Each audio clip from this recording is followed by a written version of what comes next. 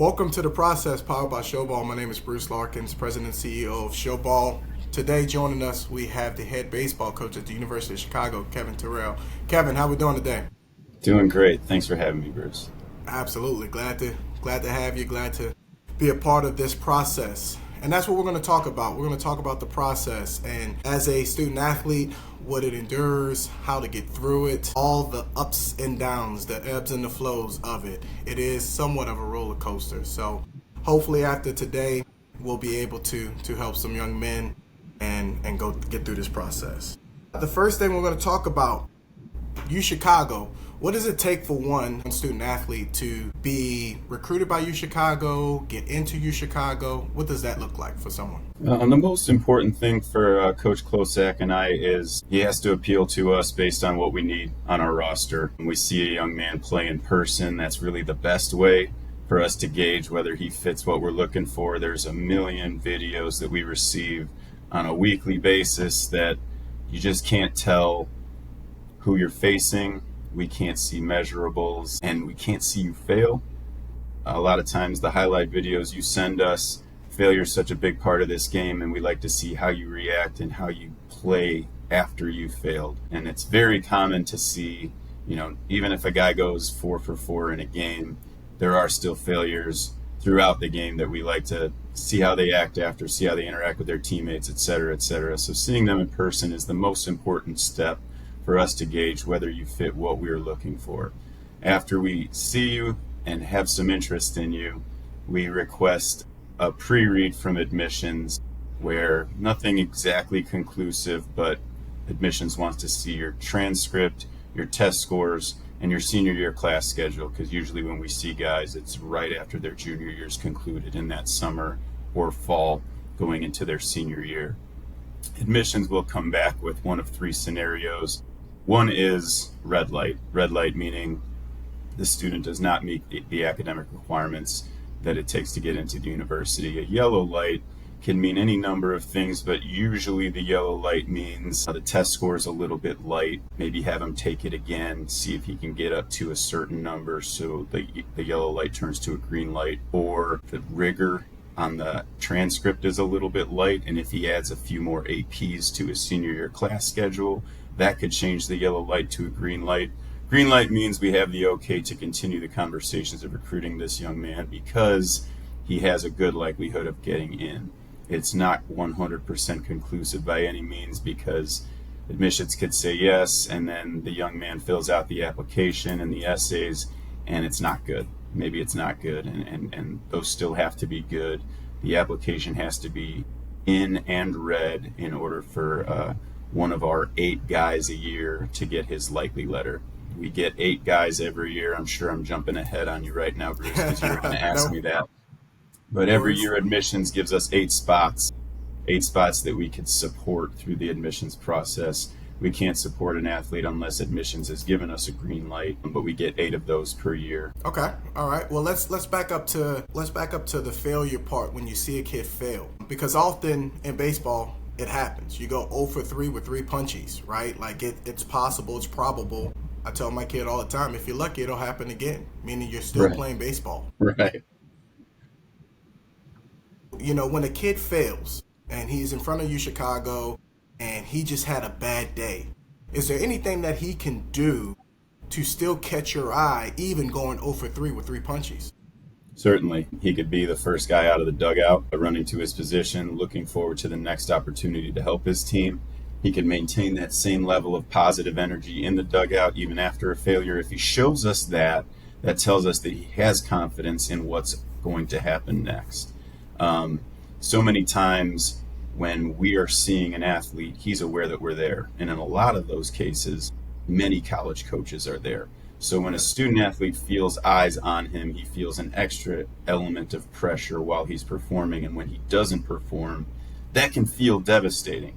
And if a young man has the mental toughness to know, I have other opportunities and I'm confident that I'm going to succeed in those opportunities, that translates to a good college baseball player, because we know we can depend on him if he strikes out in the first inning with guys on base to still be the guy that we recruited. He's not going to curl up into his shell and cost us in his next opportunity. And it's such a big part of this game because a lot of the young men that we recruit don't fail very often. Yeah. A lot of them are the best players at their high school. They're the best students. They're straight A guys that have never had a B in their lives. And everything that they've done in their lives, they've been successful up to this point. And college is a little bit more difficult, and I'm under exaggerating that. It's a lot more difficult because every kid on a college roster was the best guy on their high school team. And the University of Chicago academically is far, far more difficult than any high school can prepare you for. So those two combinations of things at our school end up really taking a toll on a young man if he's not mentally tough. Absolutely, absolutely. You know, when I coach college ball, I would do this with all my hitters. We get them all in a room, and I say, raise your hand if you were a 1-hole, 2-hole, or 3-hole hitters on your team. Every hand would go up. Right. And I said, now with that said, somebody has to hit 5, 6, 7, 8, and 9 for us. Right. You know, so the reality is, once you make it to college, everybody's good. Everybody there is good, you know. And I think sometimes student athletes get they misconstrue hard work and dedication for ability to produce. Right. You know, I'm sure often you get emails from kids saying, "Hi, coach, I'm such a hard worker. I'm this, I'm that." But those are the prereqs. That's not right. Those are the things that you have to be in order to be successful. Right. You know, that doesn't separate you from other players. So how do you tell a player that is that hard worker, that is that undersized kid, you know, that his metrics don't stand out amongst the crowd? What do you tell that kid? How does he get on UChicago's radar? Well, that is the expectation, right? The hardest worker, the guy who's a gym rat, the guy that's willing to do whatever it takes in order to produce. And hardly ever does that guarantee that you will produce. Yeah. Because at this level, talent is still a requirement as well. And the game is very fast. The college game is very fast. So if a young man has certain metrics, for instance, we play on a really large field. We've got a lot of real estate in the outfield. So my center fielder, we want to run better than a 6.5 60. If we recruit a center fielder, we want a 6.5 60 or better. That's one of the prereqs. His arm strength can be below average because in our experience, the game at this level, the runs saved, whether a guy throws 96 from the outfield or 66 from the outfield over the course of a season, is single digits, and it's probably under 5. But the amount of runs our center fielder saves for us running down a ball that should have been a triple and it turns into an out because he caught it, that's immeasurable. And also, if he can fly like that and has a little bit of barrel awareness, he's going to be on base an awful lot, and he's going to generate a ton of runs just by creating havoc on the bases, swiping bags, scoring runs, and taking extra bases. So those are the two biggest tools that we look for. We have certain tools in certain positions that we'd like to see in order to make sure that that guy has a chance to fit what we're looking for at that position. Arm strength is another prereq on the left side of the infield for us. So if a guy has a 84 plus, we think 84 plus across the diamond is good enough to play the left side of the infield for us. We play in a lot of awfully windy days, and guys that don't throw very hard, sometimes the wind knocks that ball down and it doesn't get there in time, and ground outs turn into singles, and we just can't have that. That's pretty devastating. More for a base pitcher. runners. Yeah, more base runners create more chaos for you. Absolutely. So with that, you mentioned on metrics. What do you say to that kid that, you know, because 6'5" runners, they don't grow on trees. No, they right? You are an elite runner at a 6'5". What do you say to that kid that runs a 6'7", but has just that ability to read and get great jumps? Because just because a kid runs a 6'5" doesn't mean he can read a ball in the outfield. Certainly. Do you finagle that number? Is that number set in stone, or are you able to determine if a kid can get great jumps, great reads, intangibles, that type of thing to place in the field for you?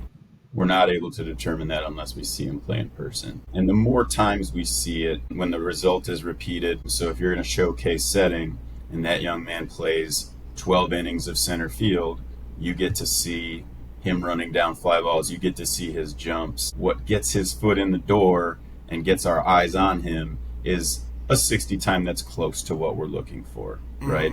So if it's close, it's like a 6-7. Hey, he's a 6-7, but let's watch him play. And if he's running down everything, and you can tell off the bat if something's supposed to be in the gap, or if that ball's going to be tough to run down, and when he runs it down, makes it look easy, then that tells us, okay, this guy's got some baseball sense. His first step's quicker than most guys. He can make up for that 2/10 and a 60 by getting good jumps and being an outstanding baseball player. Yeah, I think that's the biggest thing, because in today's athlete, metrics are everywhere. Everybody wants the metrics, everybody wants the numbers, and I get it. But you mentioned something earlier about just playing the game the right way Right.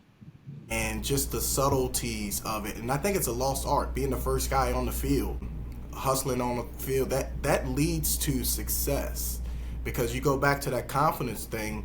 I go 0 for 3 with 3 punches, but I'm the first one on the field. I've let the ABs go. Now I'm Right. focused on my defense. Like you said, you can change the game defensively. More Certainly. than likely, you're going to change the game defensively more than offensively, because if you're Exactly. great, you're going to get out 7 out of 10 times. 100%. So, but defensively, if you only make 3 out of 10 plays, you won't be playing defensive. You won't be You playing won't. at all. So you're going to make more of an impact defensively than offensively. Now, offense is obviously key. I'm a hitting guy. Sure. I used to joke with my players that I recruited and said, hey, do you know the first rule of baseball? And, they give me all kinds of things, this and that. But really, rule 1A, the team that scores the most runs wins. It's true. We're pitching.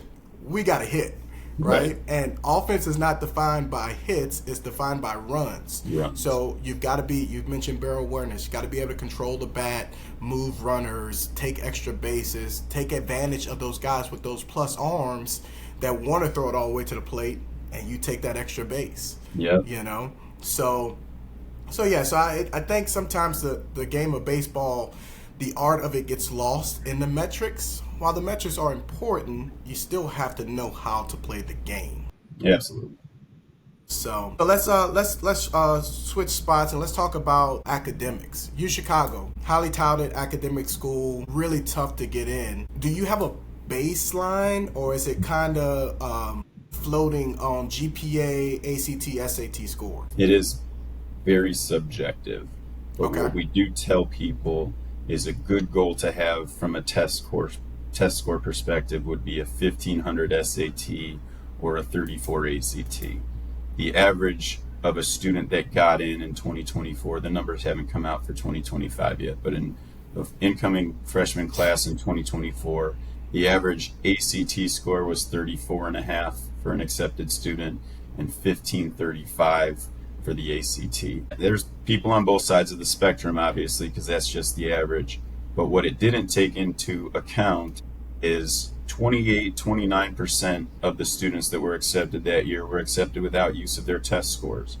So that number's a little bit more inflated because probably the bottom 30% of the class that got in didn't have their test scores because they were lower. Gotcha.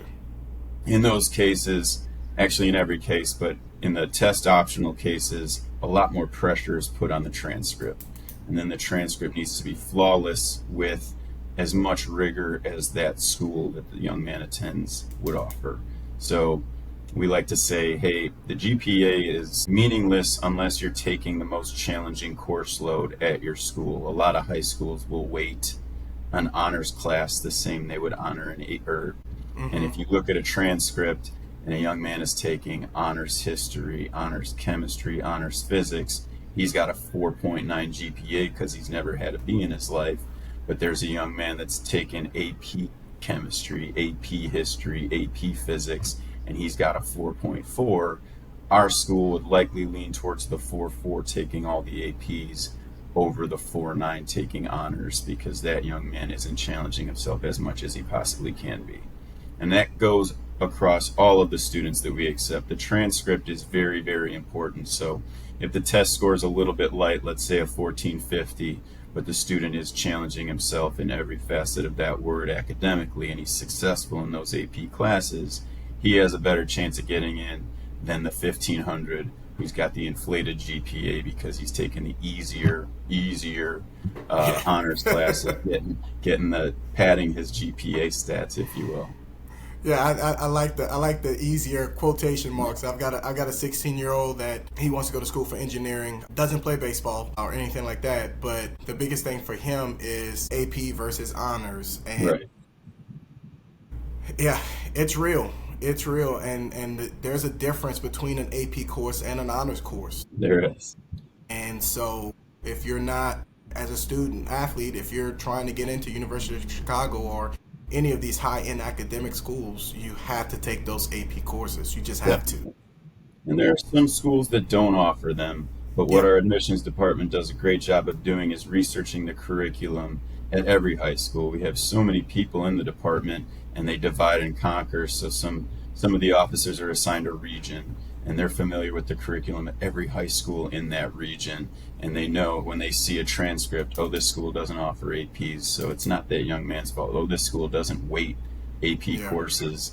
They don't weight GPAs. So the 398 is still impressive because he's, very close to a perfect transcript because they don't weight the honors in the AP courses. That's a great point. To that point, if you are in a rural area and they don't do many AP courses, does that student athlete get left behind because of where he's located?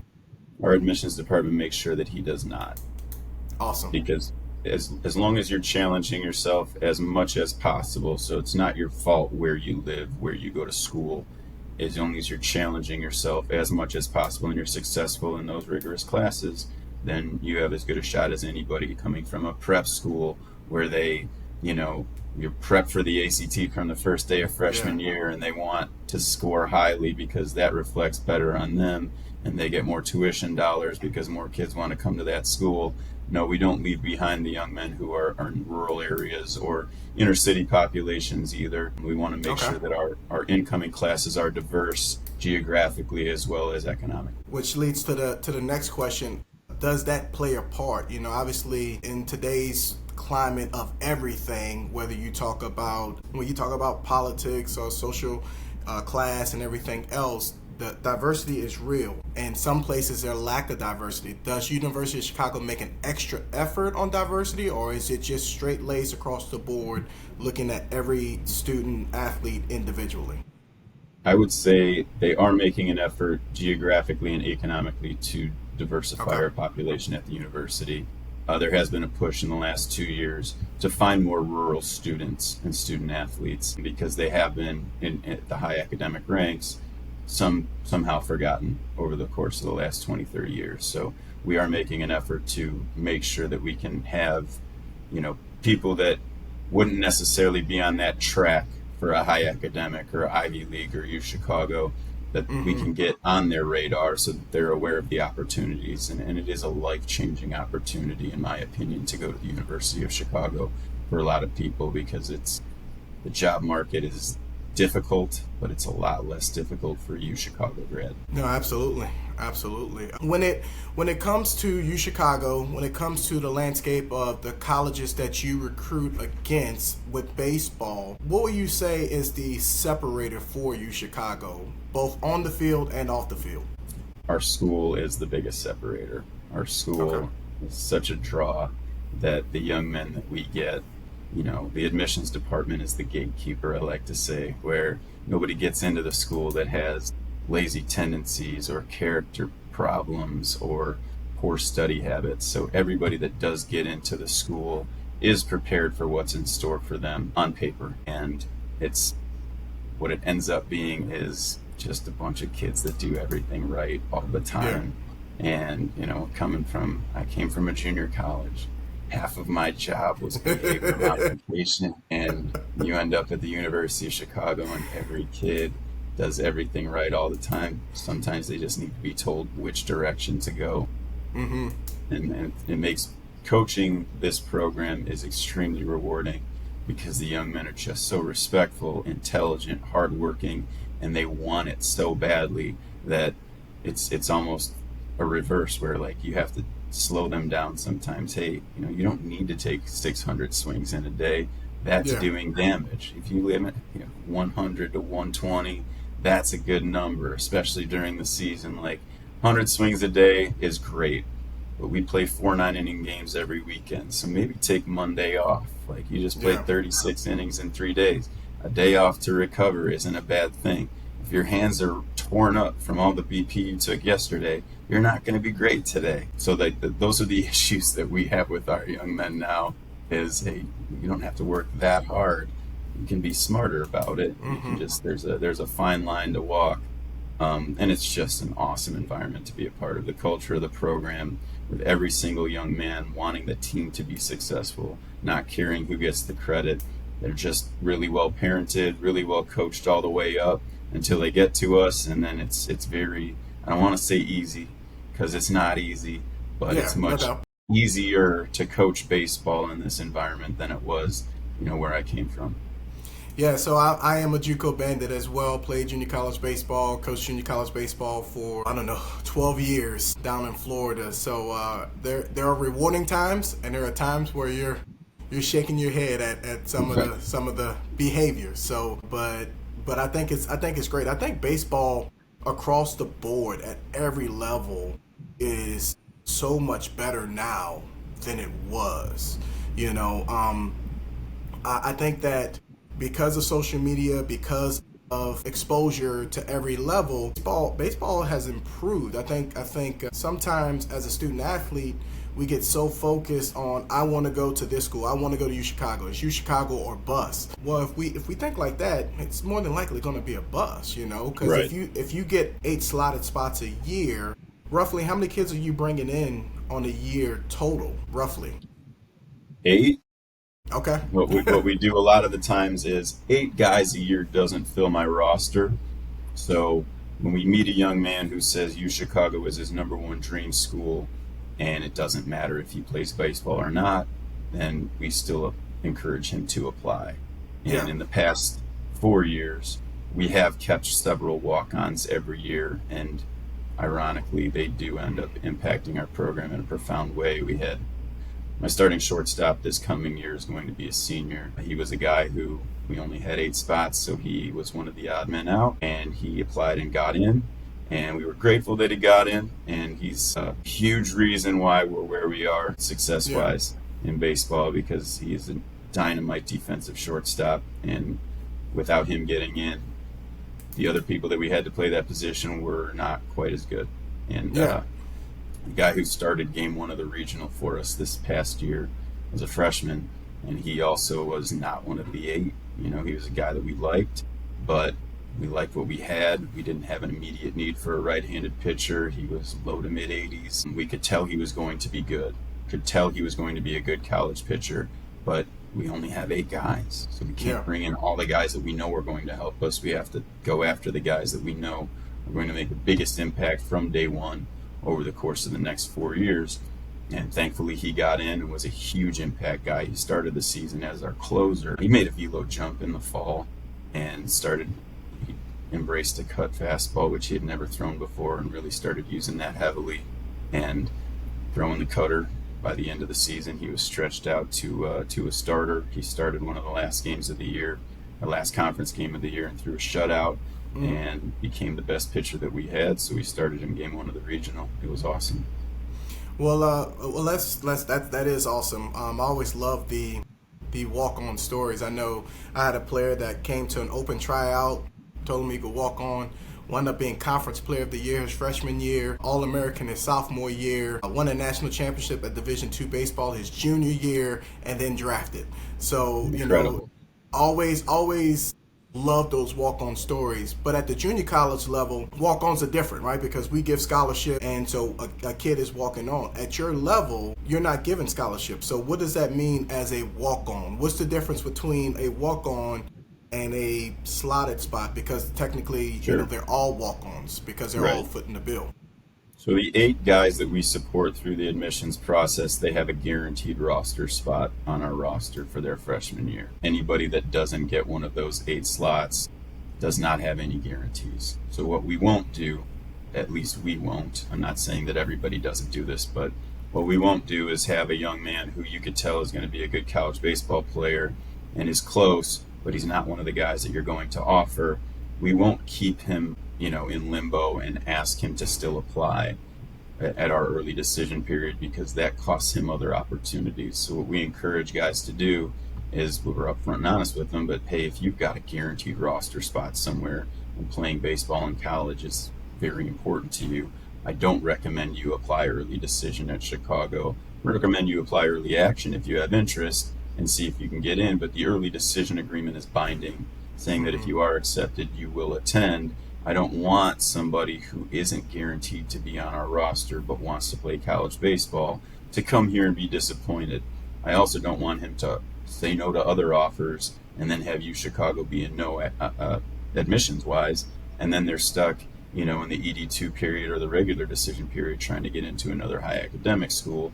So our class is done on November 1st. That's our early decision application deadline. Leading up to November 1st, like the last 2 weeks in October, Coach Klosak and I are making maybe 1,000, maybe 1,500 phone calls to the guys that after we make our offers and they're accepted, we say, hey, look, we made our offers. They've all been accepted. By no means, the fact that you weren't one of the 8 guys that we offered, by no means does that close the door on UChicago baseball for you. But if you have a guaranteed roster spot somewhere else and you think it's a pretty good fit, I recommend you take that opportunity rather than waiting to see if admissions will grant you admission to the school that only grants admission to 4% of the applicants. Yeah, no doubt. As a student athlete, speaking to that time frame, what do you say to a student athlete? Because we've got a Showball event coming up August 4th and 5th, 6th and 7th, and then another one in October. Are you still recruiting in October for the 26th class? That's a question that we often get. When do you stop recruiting, or when do you finish with those 8 spots for University of Chicago? Usually, if we're lucky, it's the last week in October, and we wait that long because we want to make sure we've seen everybody that we can possibly see. So we hardly ever make an offer before we have a camp on our campus that's the weekend after your last Showball in Florida. And that's like our last ditch effort to see anybody that couldn't make Showball during the course of the summer, or they weren't local, so we weren't able to make it out to see them. And once that camp is over, then we start making our recruiting decisions. We want to make sure that the 8 guys that we bring in are going to be the most impactful right away. And you don't know that. If we filled our recruiting class in August, yeah, the rest of the fall would be really easy for us, but we'd see a bunch of guys usually that, hey, that's better than the guy we offered. Yeah. Maybe we should have waited longer.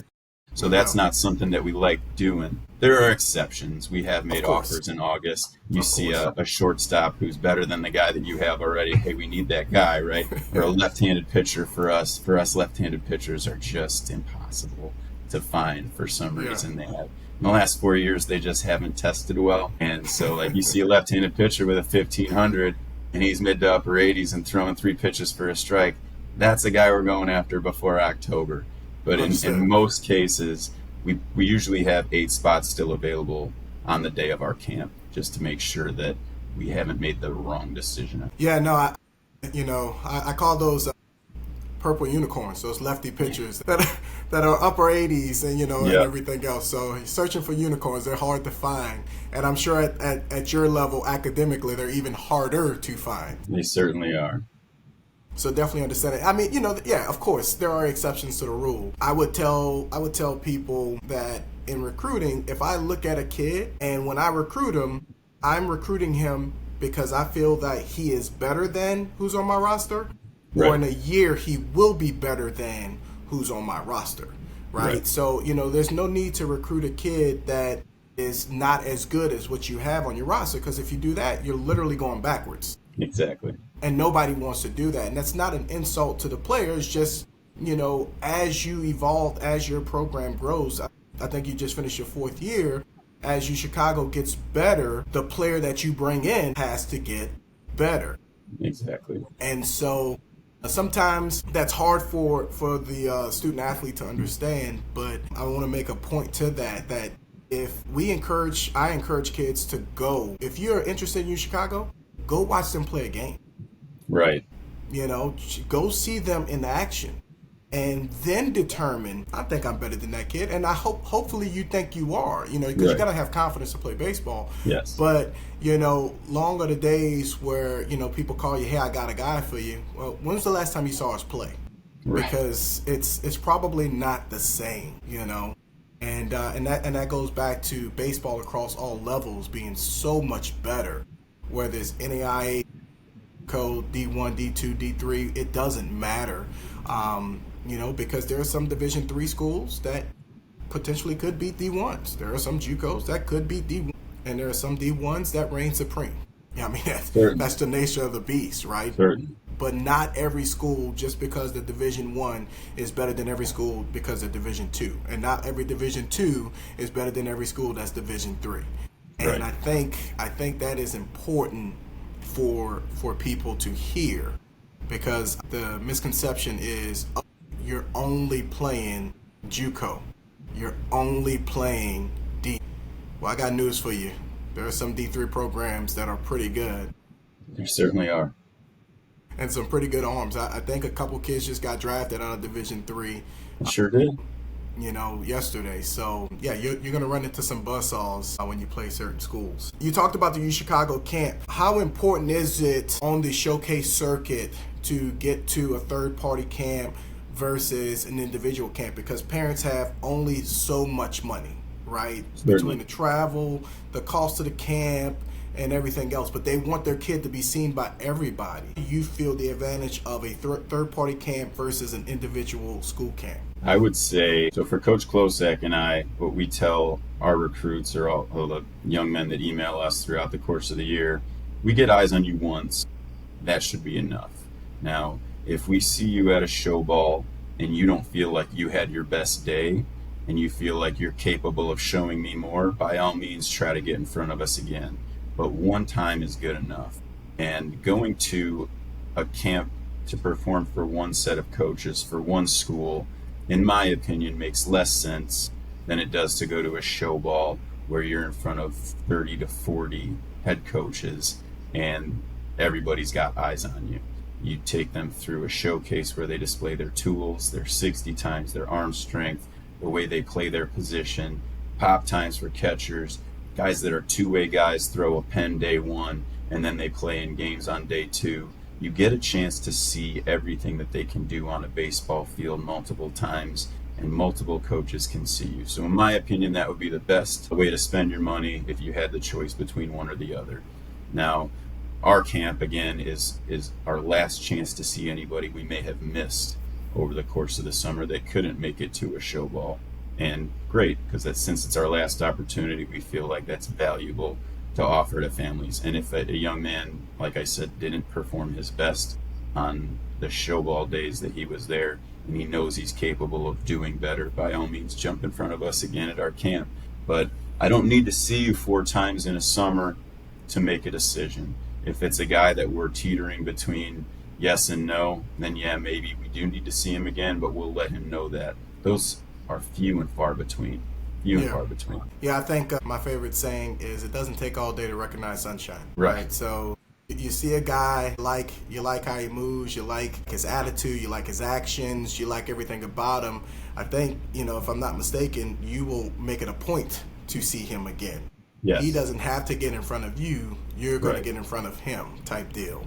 So, and to that point, to that kid that just had a bad day, well, let's come prove it. Come show me Right. again, But I think it's important that every player have an opportunity to be in front of so many coaches. I think that sometimes you have those 8 spots, but another school may only have 6. Another Right. school may only have 2 that particular year. So it's not just do you fit the profile baseball wise, do you fit the need on the team, and then do they have a spot Right. to get you in? So there's a lot of different things. I will say, to your point, we were at Showball in Chicago, and in 2025 we graduated 14 seniors, and a lot of arms graduated in that class. So in our 2025 class that we have coming in, we brought in a lot of arms.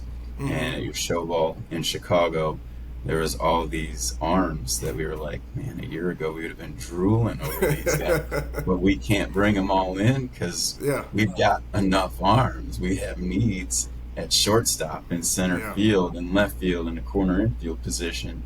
We don't need that many arms. So like these guys we would have said yes to last year, we don't have room for them this year. And Boston was no exception either. I feel like I was sitting next to Sean Leary yesterday or the day before yesterday, and it was like every single kid's throwing 85. 5 years ago, every one of these guys would have been like, yeah, we want this kid. But, yeah. it's different years call for different positions, and you have holes that you need to fill with your recruiting class. And when you can't bring in as many people as you want, you have to figure out the best fit for those 8 spots, who's going to make the biggest impact right away. And I think that's an important aspect of we call it a stock in the cupboard. You know, you're not just recruiting a kid just to put him on the shelf so nobody else can have Right. him. Of course not.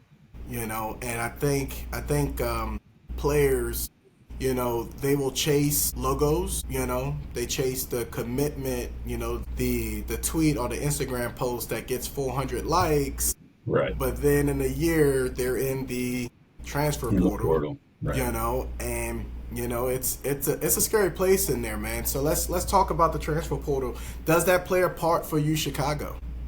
No, it really doesn't. And I'm counting myself fortunate that it doesn't. Nobody ever leaves, thankfully. Nobody leaves the University of Chicago, because once you're in, it's a good place to be.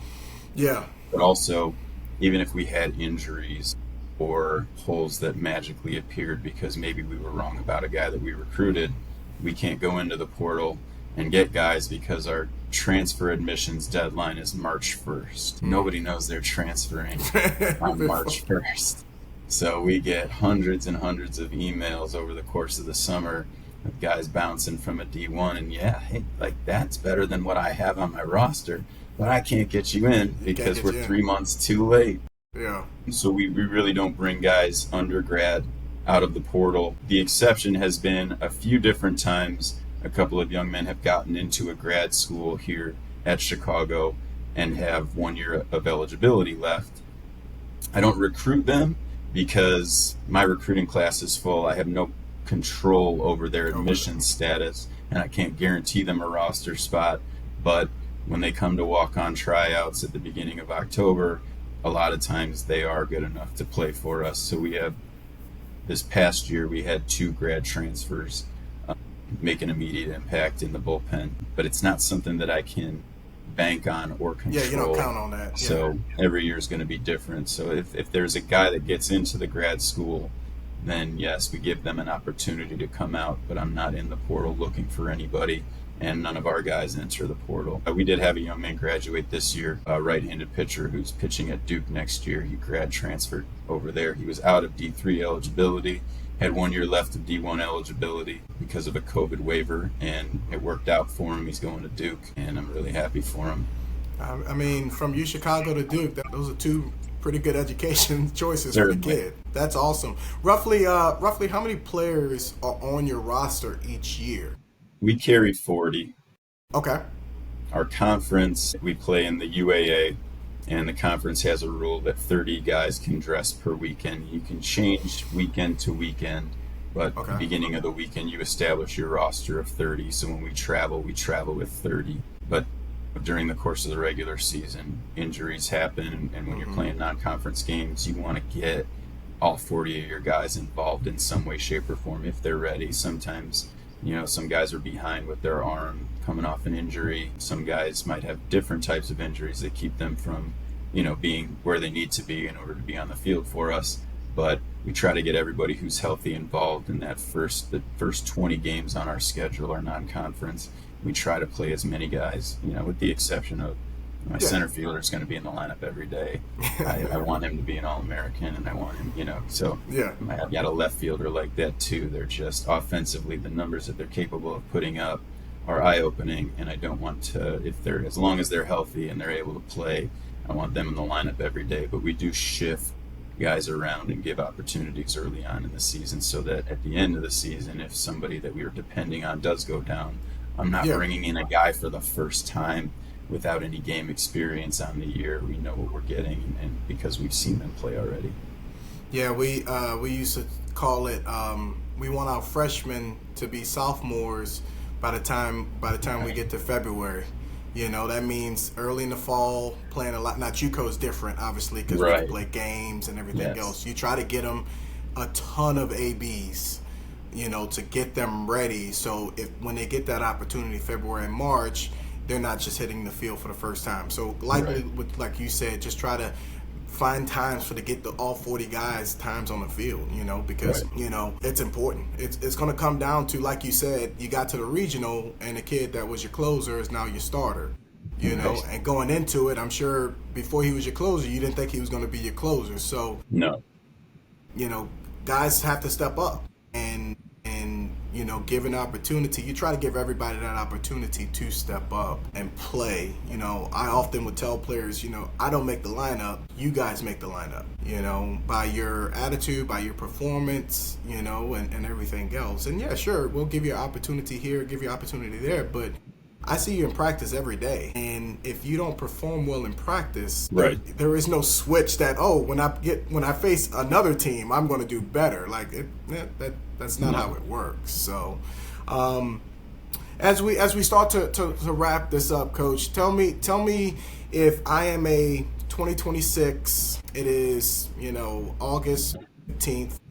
I don't have any schools talking to me. What can I do to get a school to talk to me? The biggest thing is get better at baseball.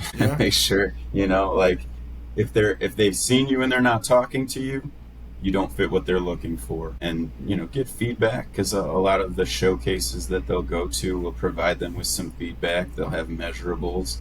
And if you have a 60 time that's too high, there are ways that you can get your 60 time down. If your arm strength isn't good enough, there's plenty of information out there on how to build arm strength. I'd say getting in the weight room should have already happened, but if it hasn't yet, or if you're not committed to it, make a commitment to it, because guys that aren't big and physical don't play college sports anymore. Yeah. It's everybody does it. It's not an anomaly for a young man to love the weight room at the college level. Everybody loves the weight room. And then that's what separates everybody from the high school successful athletes to the successful college athletes, is the commitment to the weight room, to the discipline that it takes to get better every day.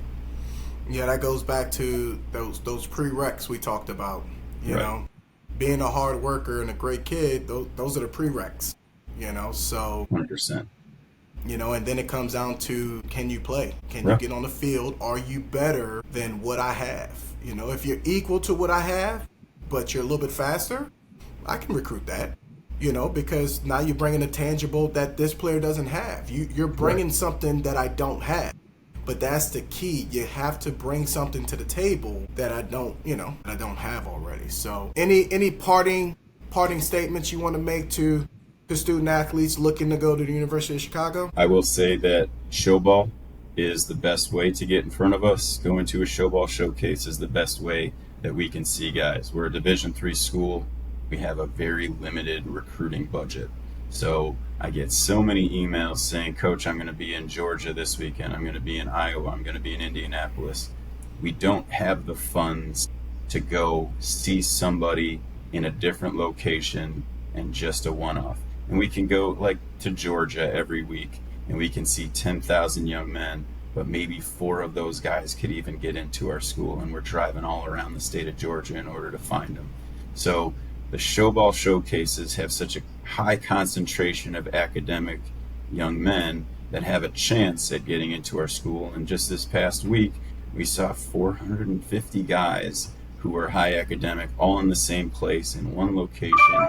We were able to see everything that they can possibly do on the field, in-game simulations, and in a tool showcase. It's by far the best way for us to identify guys that we want to recruit for the 2026 class. That's awesome to hear, Coach. Well, we thank you for your time and everything else. I'm a big Cubs fan, so if you can't get out to a Cubs game for me, and we will see you in Long Island in a couple of weeks. Sounds great. Kyle's the Cubs fan between the two of us. I'm a White Sox fan. I don't mention that too much anymore because it's embarrassing. Be true. Be true to who you are, Coachy. Be true to who you are. Thanks for having me again, Bruce. I really appreciate it. All right, Kevin, take it easy, man. You too. All right, bye-bye.